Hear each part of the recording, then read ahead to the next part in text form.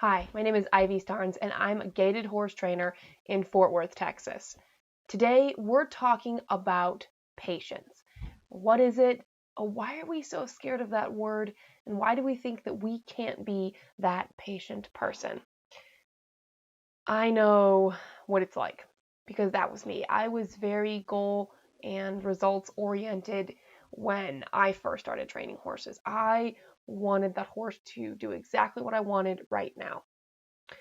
And people look at me today and they're like, wow, I don't have the patience to stand there and wait that long.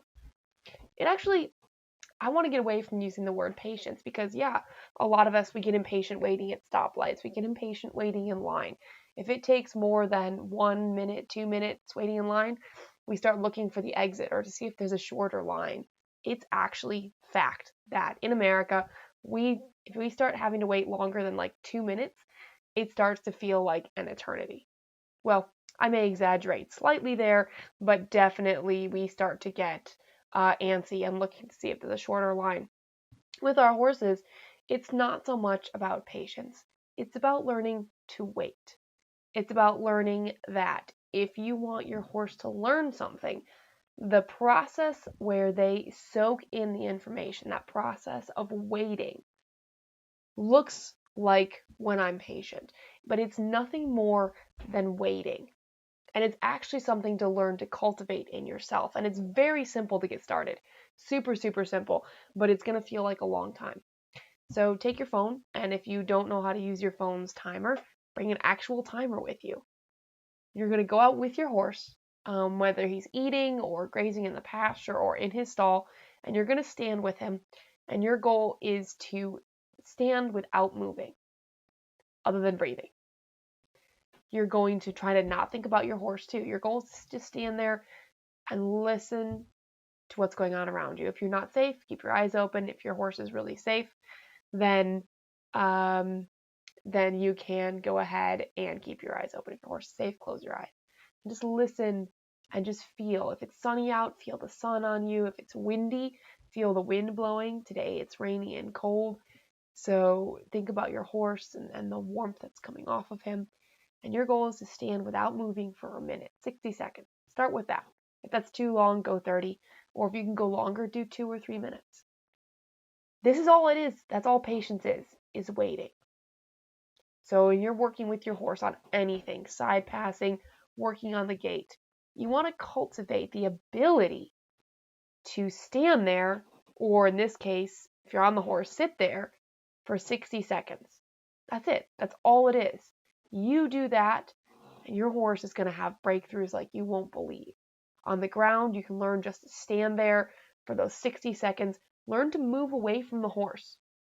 If you're working on the groundwork, and whether you're working on head down or lunging or putting the saddle on, if you do something with your horse and you learn to step away, turn your shoulder to them so you're not facing directly at the horse, and stand there without moving for 60 seconds. The cool thing is it's such a simple exercise to practice. You don't need any tack, lead rope, whip, food. You don't need anything other than yourself and hopefully a way to count to 60 if you don't feel you can stand there that long. But it's going to feel like a long time. And that's okay. You want to get used to it. I tell you, the first time I went out and did this, it was a nice day. I could listen to the birds. It felt like it took forever. It did. It really did. I promise. It felt like forever.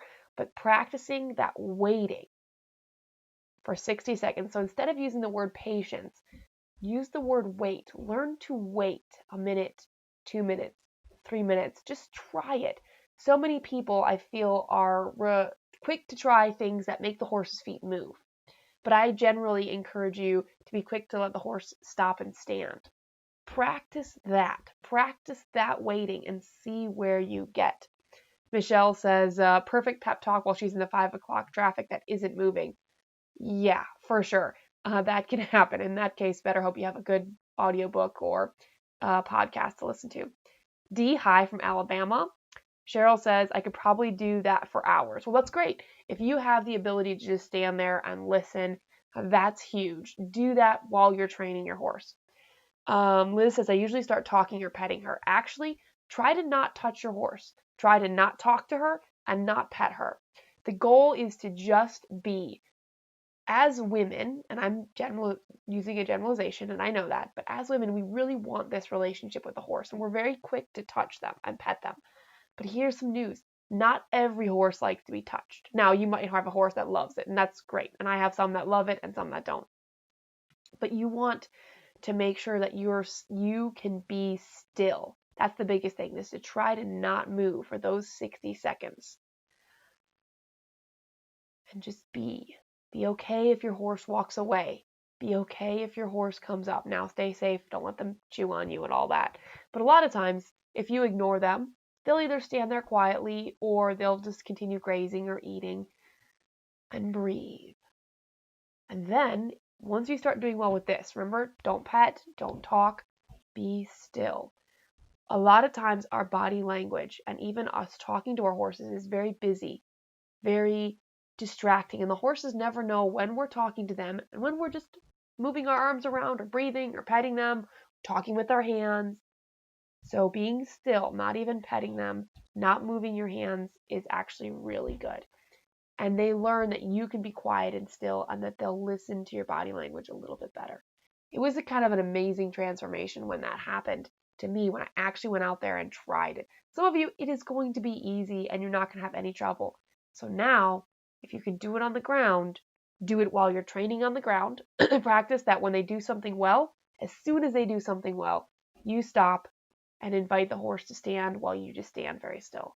And then transfer that under saddle. Take that to where you're riding and they do something well. You stop, you say, good girl, good boy, and then you just stand there.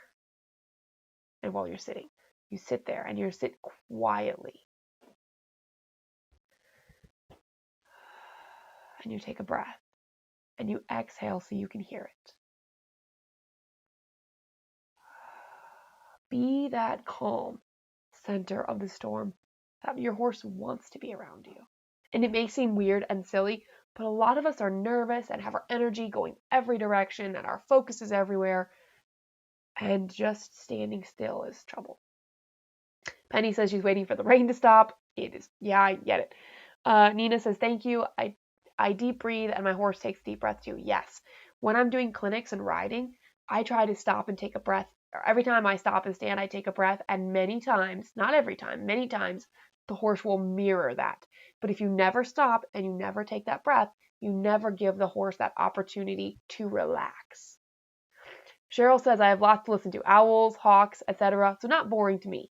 That's great. Listening is very helpful, I found, to keeping myself willing to stand there. Chrissy says, I have a hard time doing nothing due to ADHD, so it's a good exercise in general. And don't think of it as doing nothing, because your goal is to pay attention to what's around you, but not with this hyper focus, we need to do something, but more, I'm focused and relaxed and just letting the warmth, the cold air, the sunlight, the sounds just come to me and I'm absorbing that. Not doing nothing. It's not where I'm trying to think of nothing. I'm thinking of everything that's going on around me. Abigail says, this is what I've been working on this year and it really helps a lot. I am so glad. It helped me and changed how I was around horses, like completely. Dora says, so true. It totally is. It's such a simple exercise, but it really can make a difference for a lot of people. Dora says, I actually put my hands on my pony today and did my yoga breathing and she relaxed. That's awesome. That's fun. If you do yoga or you do any of that, you can certainly incorporate that. But that ability just to be still and to breathe, take that on the ground when your horse does something well. Take it to the saddle when your horse does something well. It's not patience, it's learning to wait. And it's something you have to practice. It's not something that I was born with.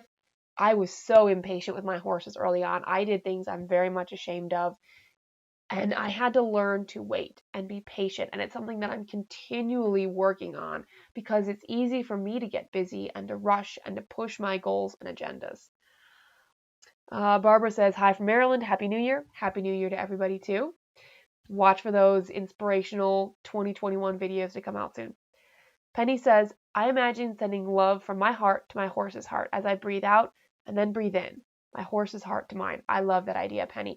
And it gives you something to focus on. Again, it's not like you're trying to empty your brain and sort of necessarily meditate where you empty it, but you want to bring everything in, notice what's going on around, and like Penny does, you can think about sending love to your horse. And whether or not it works, I'm not going to be the judge of that, but there's nothing wrong with doing that and feeling those emotions and those just life forces that are around you, because the world is alive. And it does take practice. Remember, you're not going to just be good at this early on. Go out there, and I'm going to try to do the same thing. And I'm going to maybe try to do a live video this week or next week where I'll just go stand and take a minute. And it's going to feel long. It feels long when I'm doing it, but it works. And it works so well, you'll find horses really do start to respond and relax with you. A lot of people ask about stop and pray. Say, like, my horse doesn't actually stop. And I go, well, part of that is you probably haven't stopped. You haven't taken that deep breath and grounded yourself and made yourself think about just being on the horse. Matthew says, hello from New Mexico. Howdy. Linda says, thanks for the videos. They're very helpful, and Happy New Year. And Happy New Year to you too, Linda. 2020 for me has been really good. My business has expanded. I got married. I moved to Texas. And I'm doing these live videos where I can talk to so many people and help so many people. But I know it's been a challenge for a lot of people. But don't let that bring you down. Just focus on what you're going to do tomorrow or next week or next month and make those changes and see what works. And if it does, celebrate those positives. Celebrate those things that are helping you, those little goals that you've met.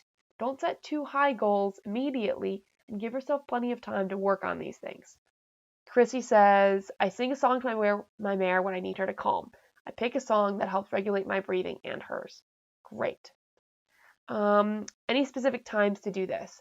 So after you've just fed your horses is a really good time, because they're not going to like come bother you.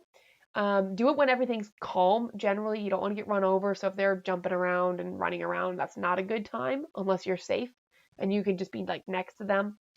But I'll do it anytime. After I just feed, I'll go out there and I'll go ahead and just stand there. Or right before, when I'm about to start training, I get my horse out, I'm tacking up, and I'll just start to breathe and just focus on that. Some people say, yes, singing a song helps with your breathing. It does. It does help you breathe a little bit deeper. So does coughing, actually. But also practice, Chrissy, like you, singing a song is good. Practice also breathing without the song too. And just to throw another tool in the toolbox. Not that either of them are wrong, but just so you have that ability to work on yourself and have something to practice yourself.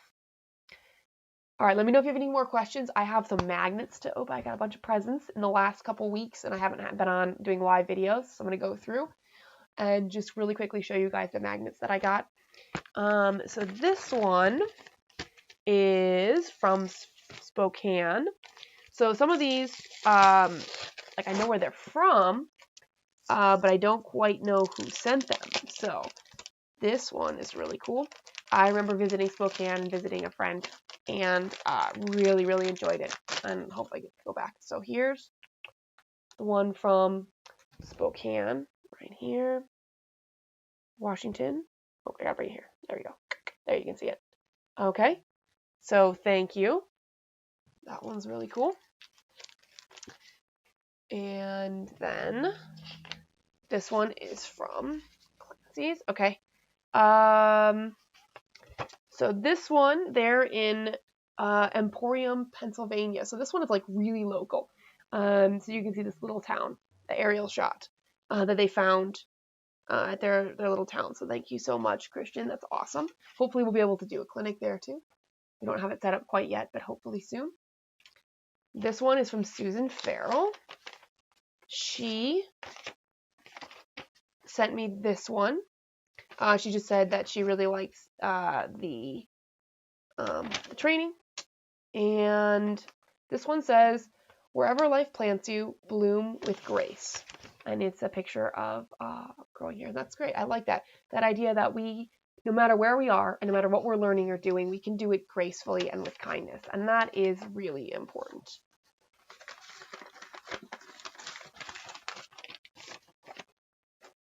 This one is from Helma. I'm not sure how to say her last name. And she's from Girard, Pennsylvania. This is really cool because now I do have magnets to put on my fridge. Okay, let's see what this one is. So this is Pennsylvania covered bridge. There we go. That's pretty cool. All right, thank you. And then this one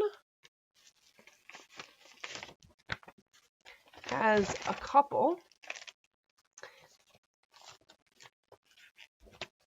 So this one's from Cindy Payne, and she says thanks for the advice. She's sending 2 magnets, one from the home state of Ohio and one from the current residence in South Carolina. That's pretty cool. So I've never been to South Carolina. It's one of the states I haven't been to. So there we go. There's the South Carolina. Oh, there we go. South Carolina one. And now Ohio I have been to. But in Ohio. Oh, that glare. Right there. Ohio. All right. I think this is the last one. And this one I think is pretty cool. So this one is from Katie. So she's a park ranger at Flight 93 National Memorial.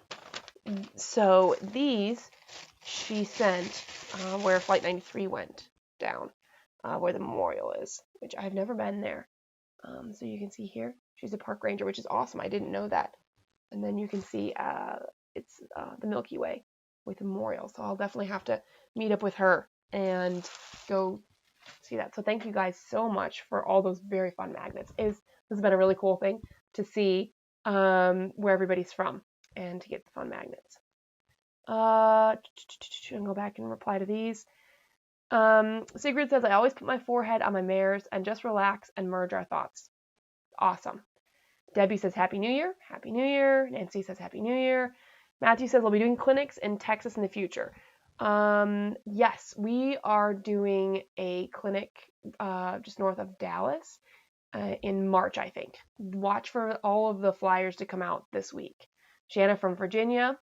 Nan from Maryland. Hey, Nan and Jack. Nan says, I breathe in Jack's breath and then breathe into his nostril. Good. The trick is, do that quietly for 60 seconds. Remember to practice that. Peggy says, hello from Michigan and Happy New Year. Happy New Year to you. And Cindy, Happy New Year. Christy says, in Pennsylvania, very haunting. Yeah, that's the Flight 93 memorial. Dora says, PA really sent you a lot of magnets. Come to our state. Yep, we're going to try to get to Pennsylvania. It might not be till the fall, but we're going to definitely try. And I hope to see everybody. I mean, I know I won't be able to, but I do hope that I'll get a chance to meet everybody this next year. And I hope everybody stays well. Has a great new year, guys. Keep working on this. More videos to come. Happy New Year. Have a great ride.